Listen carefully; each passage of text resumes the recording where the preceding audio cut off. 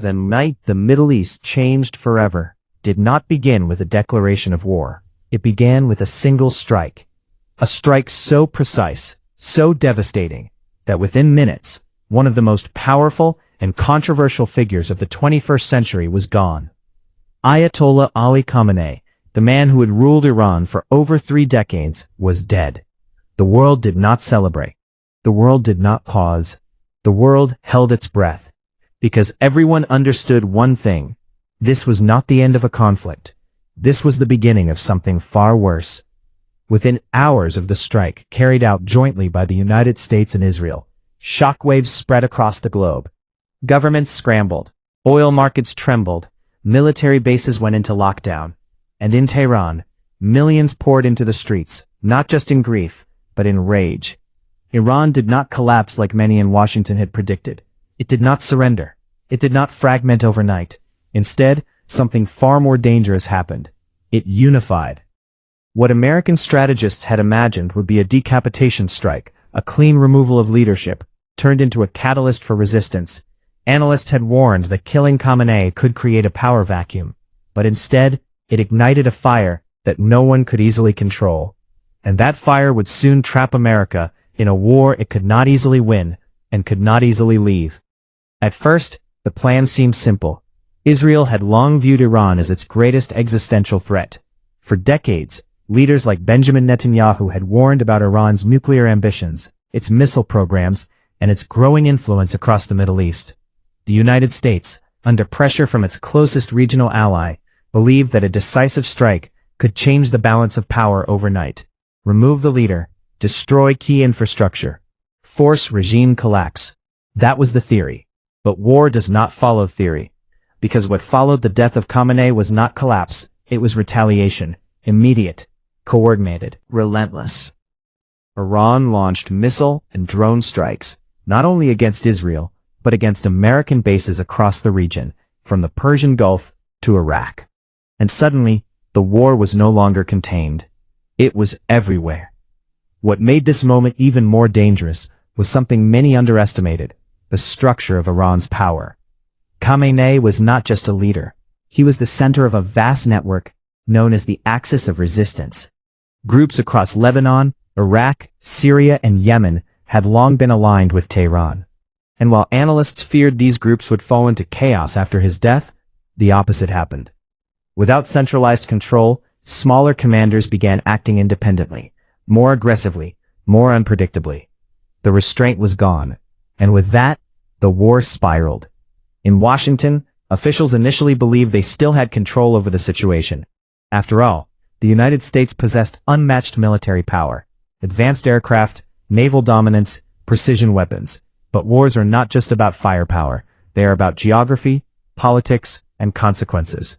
And Iran understood all three. One of the first moves that shocked the world came not from missiles, but from strategy. Iran effectively disrupted the Strait of Hormuz, one of the most important choke points on Earth. Nearly 20% of the world's oil flows through that narrow stretch of water. And suddenly, it wasn't safe anymore. The impact was immediate. Oil prices surged.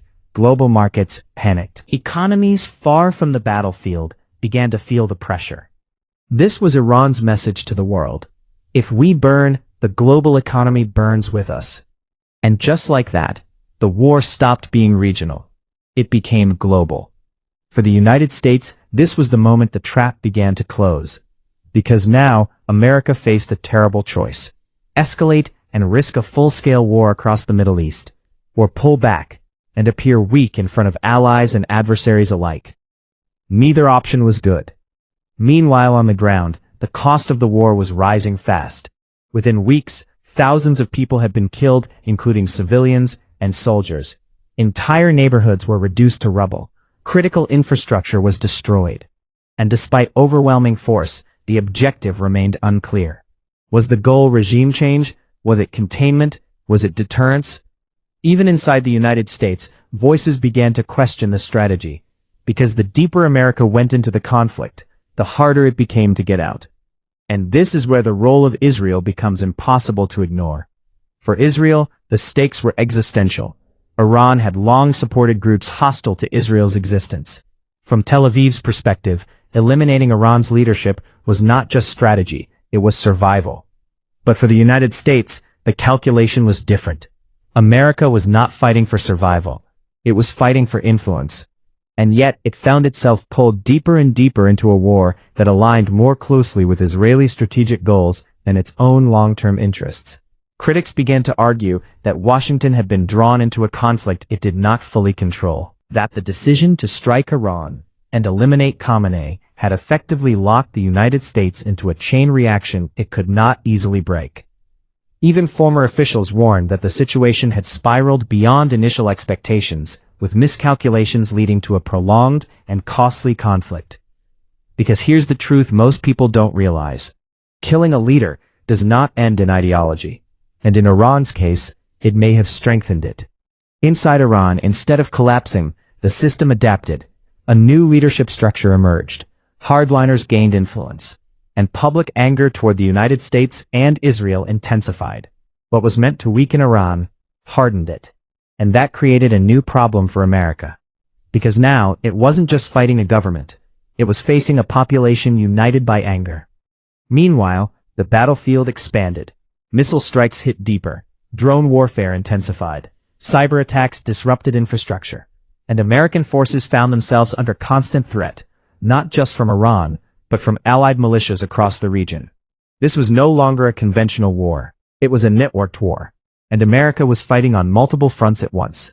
Financially, the cost was staggering. In just the first days of the conflict, billions of dollars were spent. And projections suggested that this war could become one of the most expensive military engagements since Iraq and Afghanistan. The Pentagon requested massive additional funding. Congress debated. Public opinion began to shift.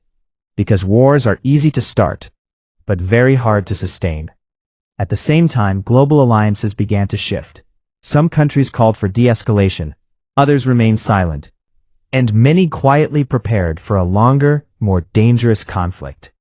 The world was watching, and America was stuck.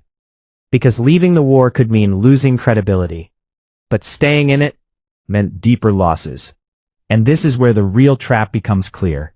The United States entered the conflict believing it could control the outcome.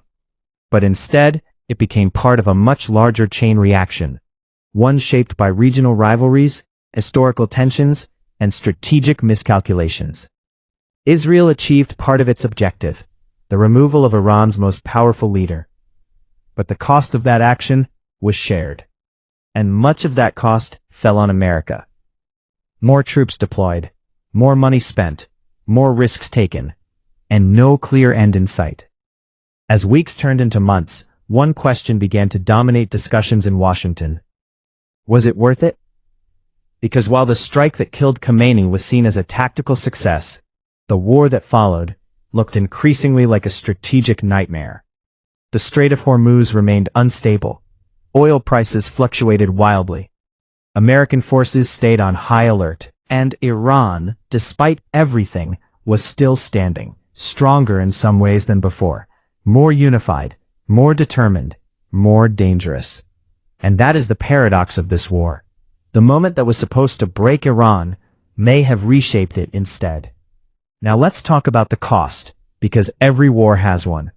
For the United States, the losses were not just measured in dollars, but in influence, stability, and long-term strategy. Financially, hundreds of billions of dollars were either spent or committed.